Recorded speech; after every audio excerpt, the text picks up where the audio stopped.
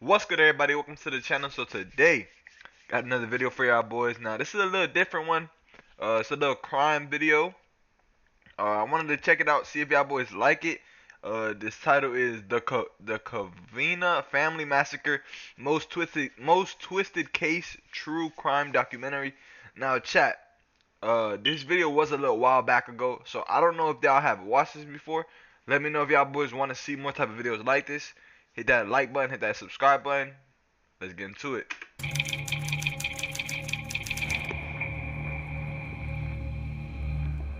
Covina, everyone, California. and welcome back to my channel. Today we're going to be looking into another disturbing case with you. We're in a world where we constantly experience the fickleness of human existence. One minute, you're having the time of your life with your loved ones around you, and the next, they're yelling for help, stretching out their bloodied hands for you to take. But you can't take it, because your life is also flashing before your eyes at that moment. It's not a movie, but it's the most horrific thing you've ever witnessed. It's true we only live once, but death can be brutal, unexpected, and intrusive. This story that is about to be told mirrors pain, torment, and torture. Our love and respect goes out to all those who knew and loved Ortega family, and all those affected by this case. Hold on. Jenna Ortega? That's what happened to, like, does this have anything to do with Jenna Ortega? Cause I seen it says wrong image, but like why would he still even show the image if it's the wrong image? Let me know Police down in the and comment coroners chat. located the last of the bodies this morning. A particularly difficult task after the intense fire that reduced the home to rubble. Yes, I'm shocked. I would never picture in my right mind he would ever do something to a family. I'm just devastated. Merry Christmas to me and just kept walking down this way, and that was it. Imagine a Christmas party with loved ones gathered together, Oh yeah, that had to be the wrong celebrating the photo. holiday season. But in an instant, the joy and laughter turned to horror and tragedy. On December 24th, 2008, the Covina Massacre shook the small town of Covina, California, leaving 9 people dead and a community in shock. Gunshots rang out, and a devastating arson fire filled the home, trapping victims inside. The party turned into a horrible dream. Many people got hurt, and many questions were left unanswered. It was a very sad and scary moment. But what led to this unspeakable act of violence? The Covina Massacre remains a haunting reminder that even in the most joyful times, darkness can strike without warning. The Ortega family was having a great time together in their Covina home on Christmas Eve. In the dining room, Papa Joe Ortega, his wife of 53 years, and their children were playing a late-night game of Texas Hold'em. They had just finished dinner and were enjoying each other's company. The grandchildren were in the backyard, playing video games and hanging out near the pool. They were having so much fun that they didn't want the night to end. Meanwhile, upstairs, the Ortega's 17-year-old grandson, Michael, was sitting at his computer, typing away. It was a peaceful and happy moment, with everyone doing something they enjoyed. But little did they know, this peaceful night was about to turn into a horror movie. Suddenly, there was a knock at the front door. The 8-year-old girl was so excited. Yo, I'm sorry. I don't mean you feel me, like get away from the subject. But am I the only one as a kid? I never ever went to this Santa stuff. Like I never ever. Oh damn, they. Oh, oh. I never ever went to this Santa. Like I never did this. Am I tripping? Like I don't remember doing this. She squealed with delight. Santa Claus! Santa Like, Claus! I don't remember A this. man dressed as Santa Claus walked in, pulled out a gun and shot the little girl right in the face. 2 of her uncles tried to protect her, but they were also shot and fell to the ground. Oh my The rest of god. the family, including the Ortegas and 3 of their daughters, tried to hide under the dining table. But it was too late. The gunman, who was the ex-husband of one of the daughters, was unstoppable. No. The fire started by a flamethrower device was incredibly intense, causing a massive explosion that sent flames shooting up into the air. The flames were as high as 40 to 50 feet, which is as tall as a 5-story building. It was a huge blaze that required a lot of manpower to put out. In fact, it took a team of 80 firefighters over an hour and a half to finally extinguish the fire. Can you imagine how dangerous and scary it must have been for the people in the house and the firefighters who were trying to save them? The fire was so intense that it made it really hard to identify the victims. The flames were so strong that they damaged the bodies, making it impossible to recognize them. So, the investigators had to use other methods to figure out who was who. They used dental records, like x-rays of teeth, and medical records, like scars or other unique features, to identify the victims. It was a challenging task, but they were able to use these clues to piece together who was there that tragic night. The Ortega family's worst fears came true that night.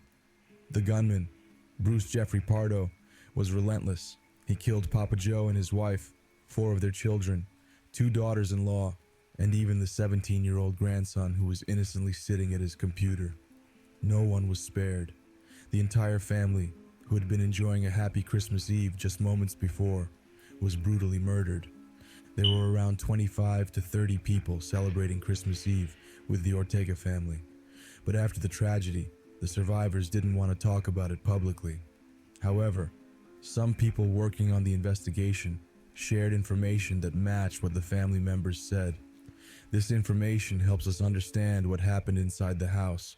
The family Damn, I ain't gonna lie, you could change this little cutscene to a different type of fire, gang. Like, I'm seeing the same shit over and over. members described a very scary scene.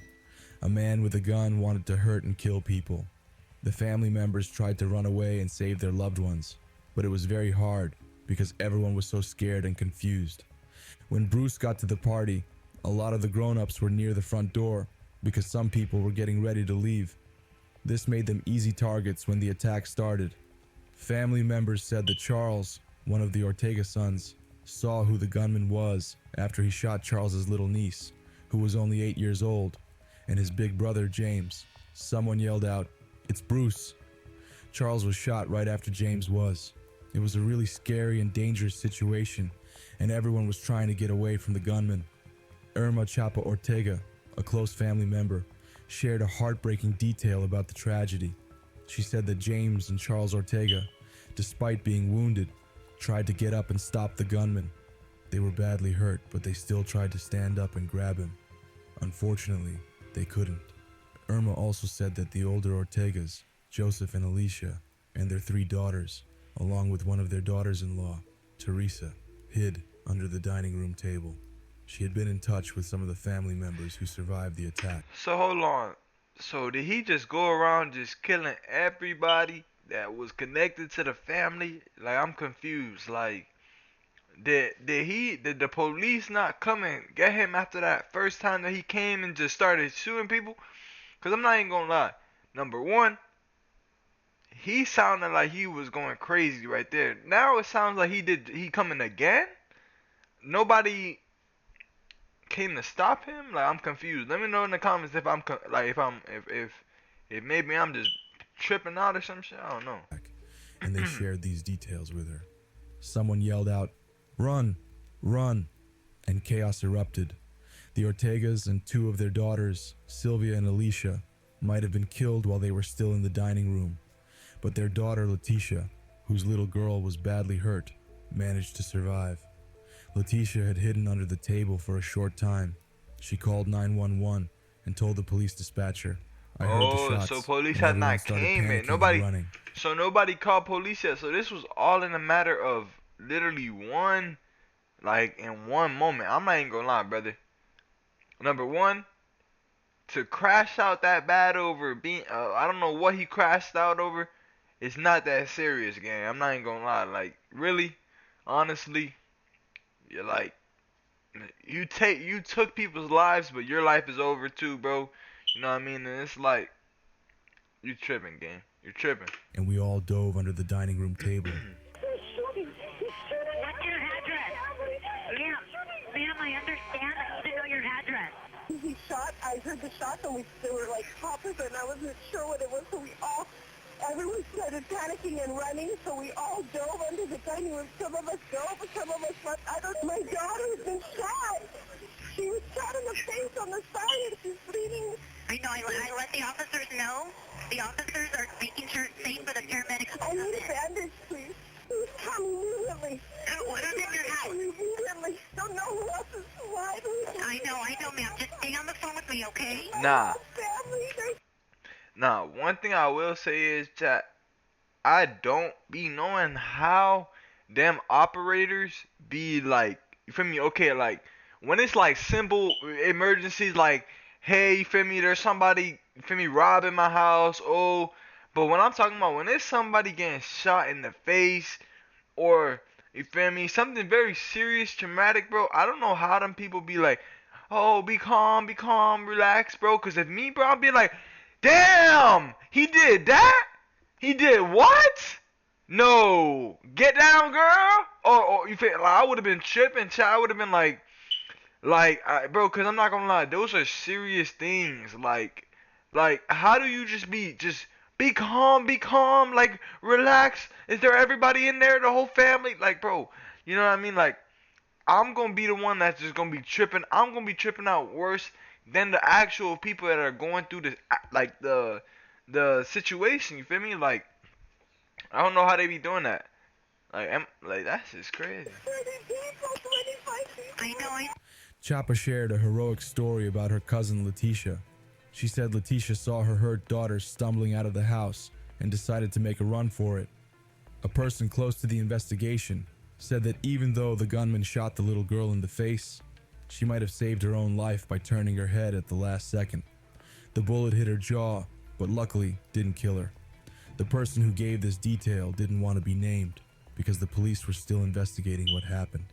After this happened, Letitia screamed at the dispatcher, "I need someone to come over and help my daughter. She's bleeding. She's been shot in the face." Some of the adults quickly grabbed the kids and carried them to safety. The investigators think that most of the young people were saved because they were in the back of the house, near the TV, probably playing video games when the gunman started shooting. The 8-year-old girl was hurt, and a 16-year-old girl was shot in the back, but luckily, they survived. The only young person who didn't make it was Michael Ortiz, a Damn. 17-year-old who was sitting at the computer upstairs. Chapa said that Michael was probably killed by the explosion, or fire, that started when the gunman used a homemade device made from 2 tanks to set the house on fire. A law enforcement source said it appears that Michael was killed as a result of the fire or explosion and was not shot.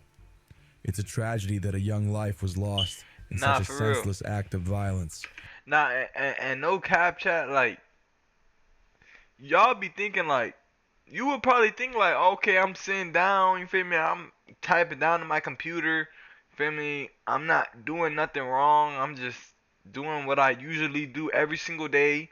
You know what I mean? Like, you're not gonna, die. You know what I mean? And just out of an instant, like, like you just like go, like it's serious, chat. Y'all boys gotta thank God that y'all are still here. You know what I mean? Because it like, bro, we could die in any minute, any second. You know what I mean? So thank you, Jesus. Thank you, God.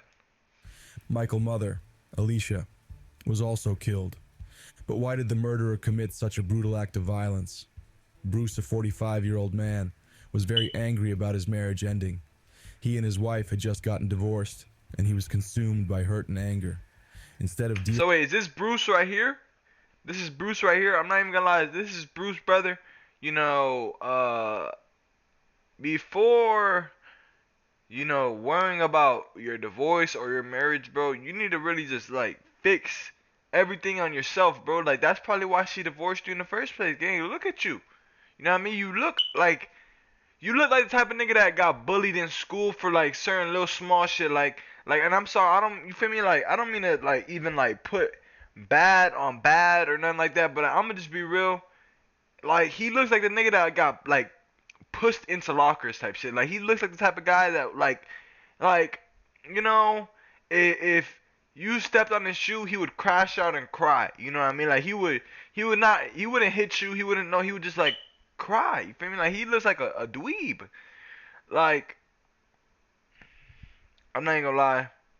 Hey, to even marry somebody like this, I don't even know how you did that, bro. No, but hey, respectfully,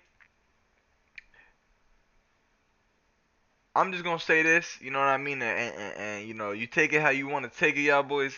Nothing, no girl, no woman is worth crashing out, like going to kill somebody. You feel me? You know, it could be your wife.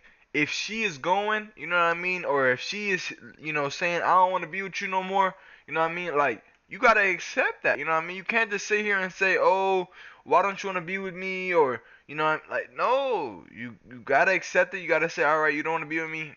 Feel me? I apologize. I appreciate for the time that we had, but feel me? We got that's it. You feel me? You can't go kill people about it. That boy is ready to slime some shit. Dealing with his emotions in a healthy way, he decided to take revenge on her and her family.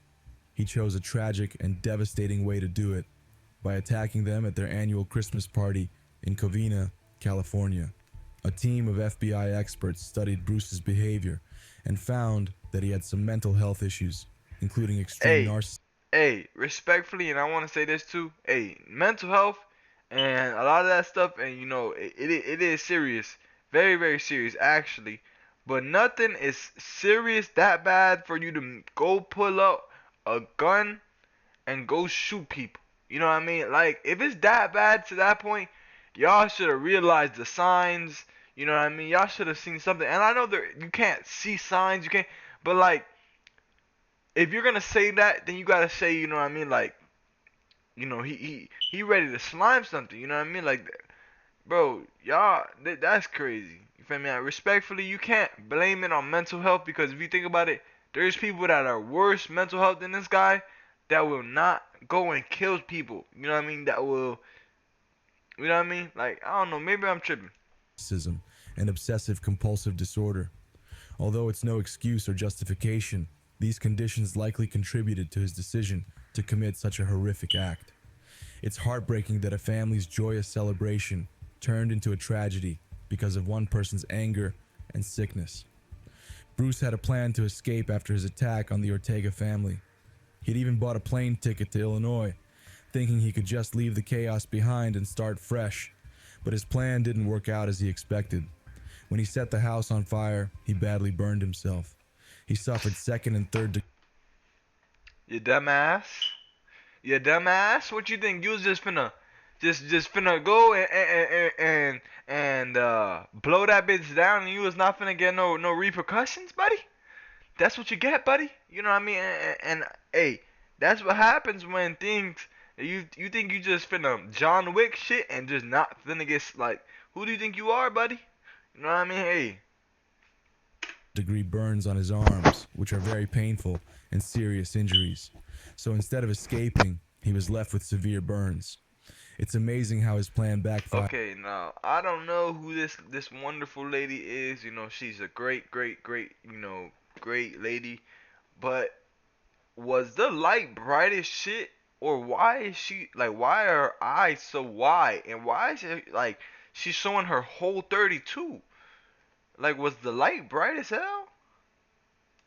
And Gang, led he's cooling. Like this nigga right here, he's just chilling, vibing. She like saw a ghost or some shit. to his own suffering. After his failed attempt at escape, Bruce drove 40 miles to his brother's house in Sylmar. He went there to end his own life. Lieutenant Bruce, you gonna really, Bruce?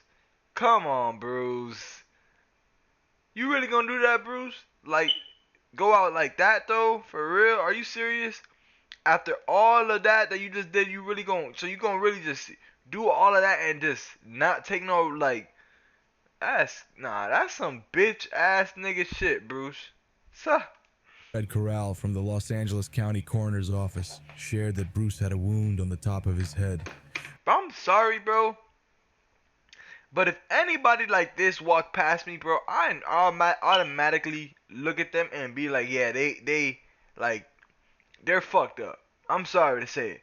But if somebody like this looks at me and looks anything like this, looks at me like this, and I walk past you, I'm gonna be like, yeah, be careful. I'm never coming around this nigga again. And that's just the truth. This nigga looks like he done been through some shit. And yeah. Which suggests that he put the gun in his mouth before pulling the trigger. A toxicology test had to be taken on Bruce, and it was said to have taken up to 6 weeks to get the result. This test would show if Bruce had any drugs or alcohol in his system at the time of his death. When the police searched Bruce's body, they found something strange. He had wrapped $17,000 in cash around his legs with plastic wrap and was...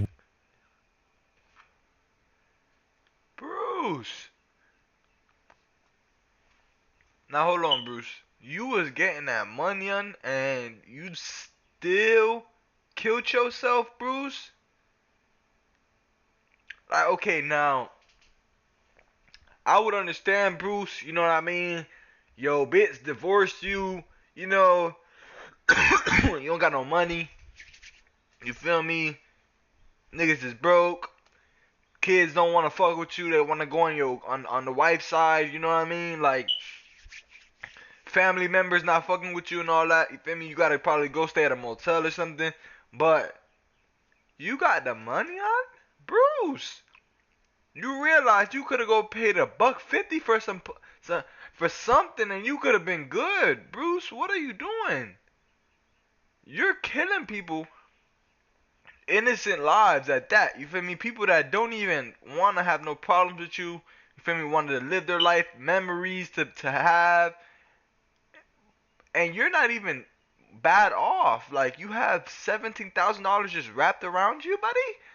Like this shit is just like money's just roaming around, nigga. Fuck you think this shit is? Hey, for $17,000 right now for me would be just, you know, delightful, buddy. You know what I mean? If you would like to pass that around to me, you know, you know that, you know, cause what are you doing? You know, what are you doing? Wearing a special underwear called a girdle to keep it in place. They also found his rental car parked a block away from his brother's house. But when they tried to move the car, they realized it was rigged with a dangerous device that would explode if they touched it. The police had to be very careful. Inside his brother's house, they found 4 empty handguns and a lot of bullets, over 200 rounds. They also found some leftover pieces from his... Okay, now, I don't know if he thought that he was in a game of Warzone, or if he thought this shit was Call of Duty. Nigga thought that he was preparing for the next World War II against The Rock Johnson or something. But, bro, who are you trying to kill? Like, it's not that serious. You know what I mean? Like, you already done enough damage, and respectfully, you know, that you shouldn't have done that, bro. Like, you know what I mean? Like, nah, he tripping.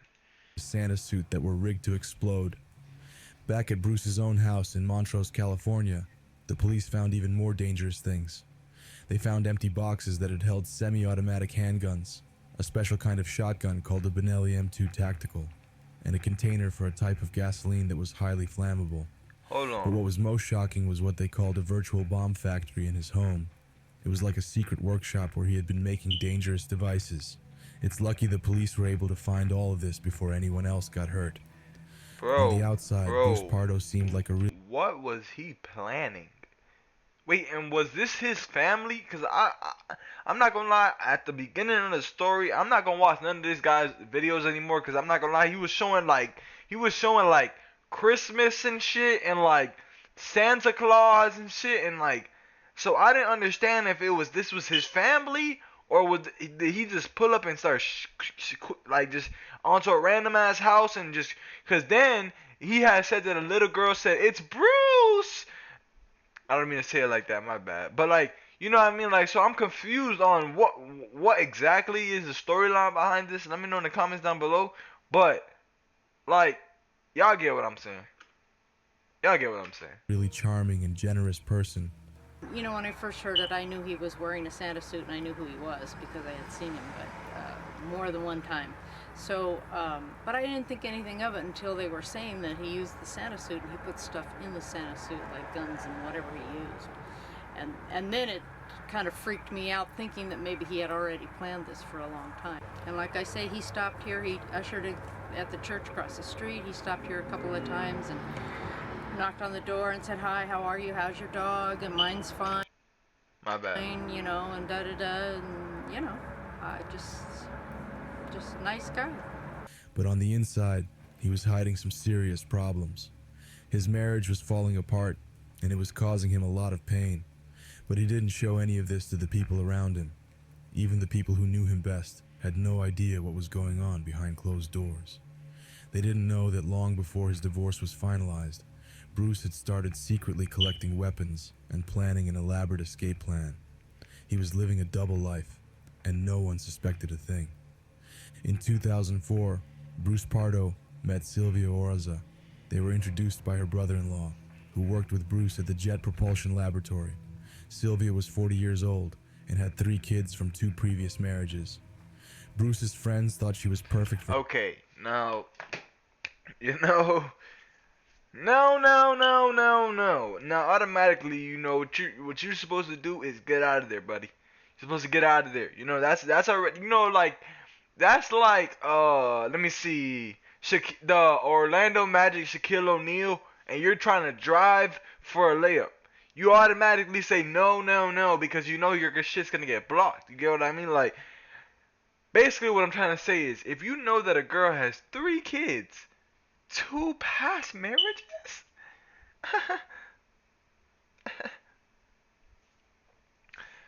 The third one is not the charm, okay? That's not the charm, okay? That, you feel me? She has a past, okay? She has a rough upbringing. She needs some help, and a therapist is what she needs. You feel me? Not a boyfriend. You feel me? Or no, actually not. Fuck. F that. God. You feel me? God is what she needs. She needs to go to some church. You feel me? Get some gospel. Get some love. Get some real loving. You feel me? Because I'm not gonna lie. 2 marriages, 3 kids. It says something. For him, a kind and practical woman with a big family. They thought she could help him settle down and be happy. And for a while, it seemed like they were right. Bruce and Sylvia got married and started a new life together. At first, Pardo was drawn to his wife's warm and welcoming family. But after the first year of their marriage, she told friends he had become cold. Hold on. If I'm not mistaken, am I tripping? Or is this the girl that he divorced? Or is this the girl that after he divorced that girl, he got with another girl? It has to be that he divorced.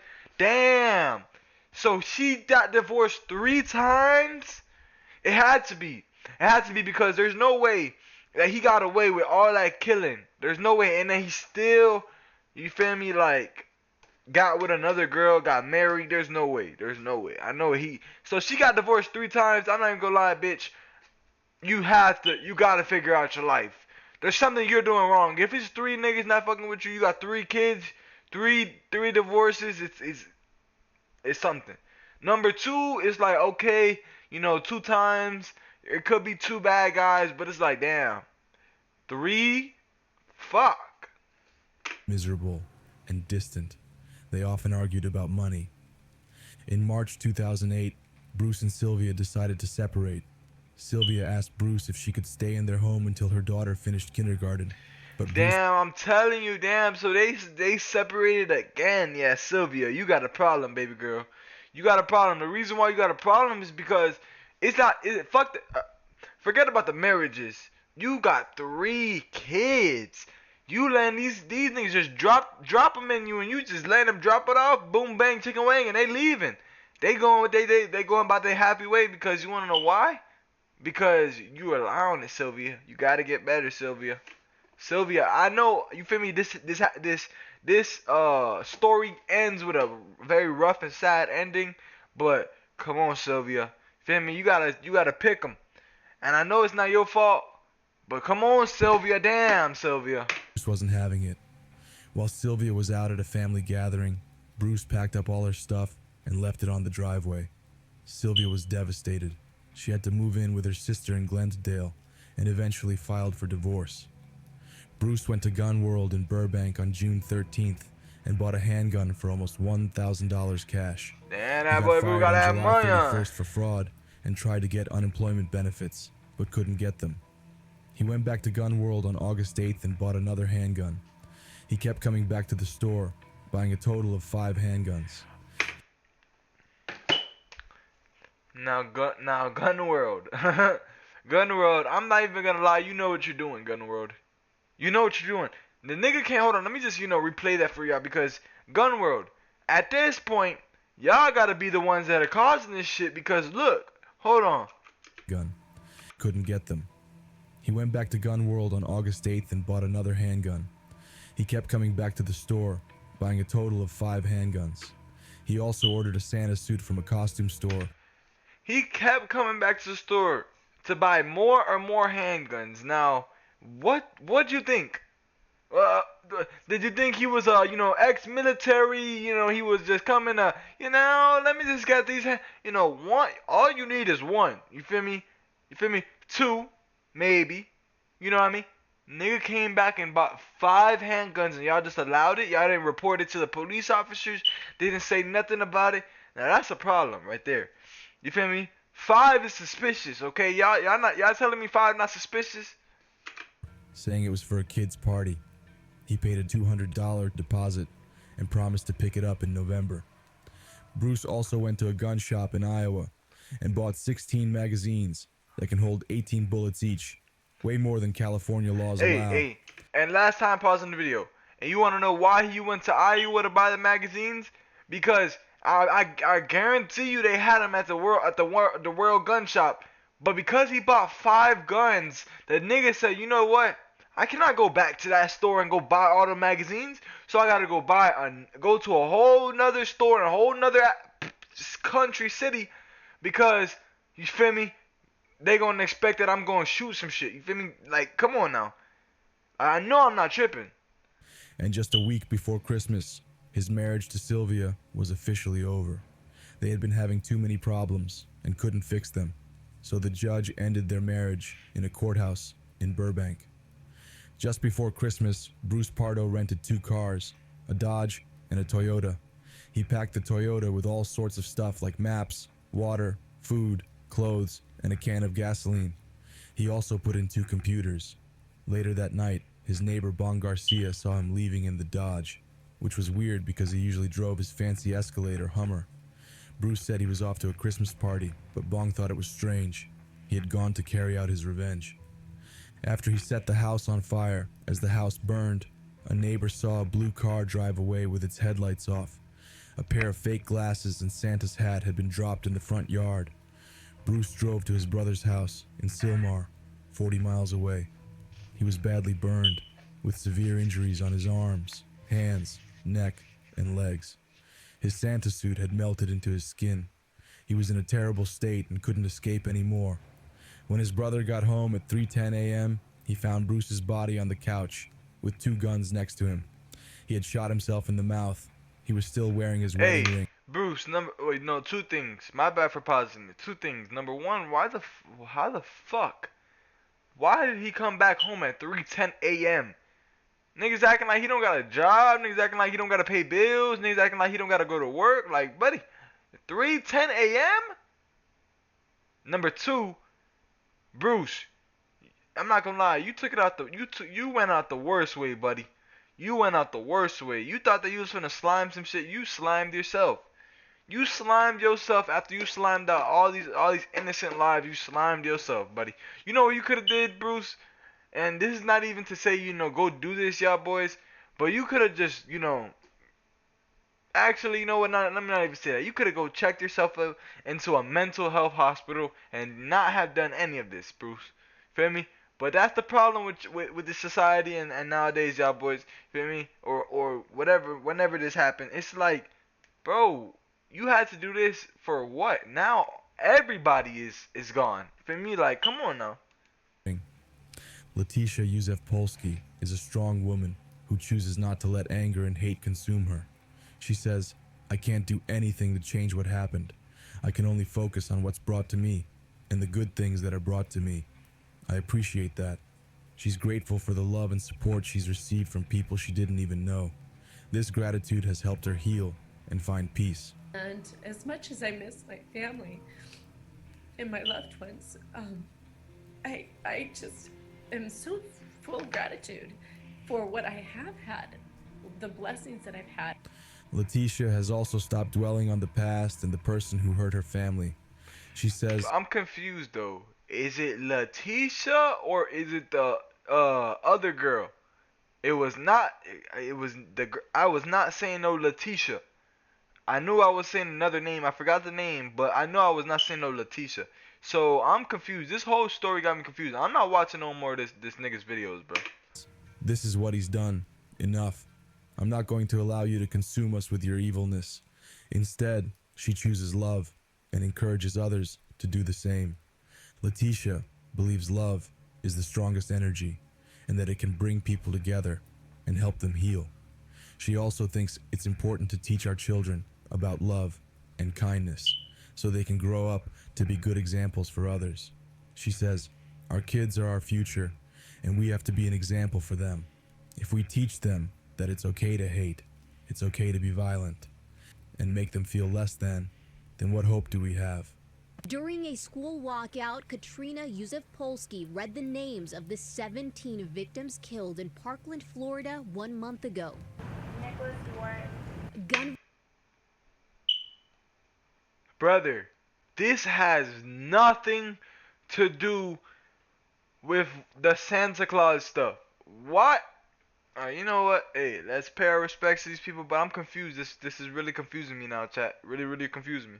violence is personal for the LaSalle High School student. Nearly 10 years ago, she survived a Christmas Eve massacre when she was only 8. Being able to really fight for something that is truly close to my heart.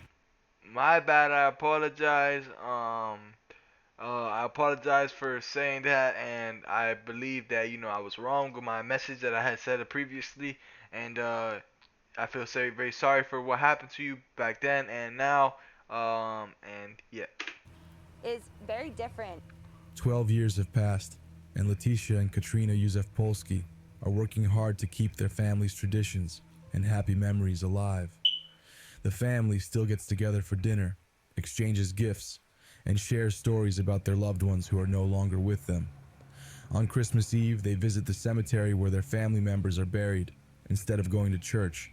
One of the nephews, who lost both his parents in the tragedy, has become the guardian of his 3 younger siblings. Letitia and her husband took in her sister's youngest daughter, and Letitia worked hard to make sure the surviving kids still had a sense of Christmas.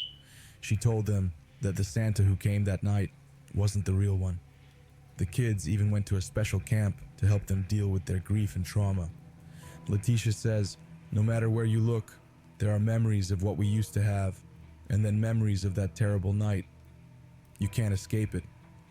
But even with all the pain, Letitia knows that Christmas will always be special, and they will keep celebrating, no matter what. Even though the investigation ended almost 10 years ago, the detectives who helped the family still keep in touch, especially around Christmas. They care about the family and want to make sure they're doing okay. We've come to the end of today's video. What do you think about this case? Nah. Share your thoughts in the comments. Nah, chat. I want to say, hold on. I want to say this was actually not a good video. I'm gonna keep it a bean with y'all. I don't know how in the fuck I made this into a 40-minute video. But what I'm gonna stop doing is pausing the video so much. I ain't even gonna lie, cause damn nigga, that's a lot of time. But hey, chat, y'all boys have a great rest of your day. If y'all did like this video and y'all are still at this part of the video, hey, go ahead and like that video for me. And I appreciate y'all boys so much. Have a great rest of y'all day. Peace.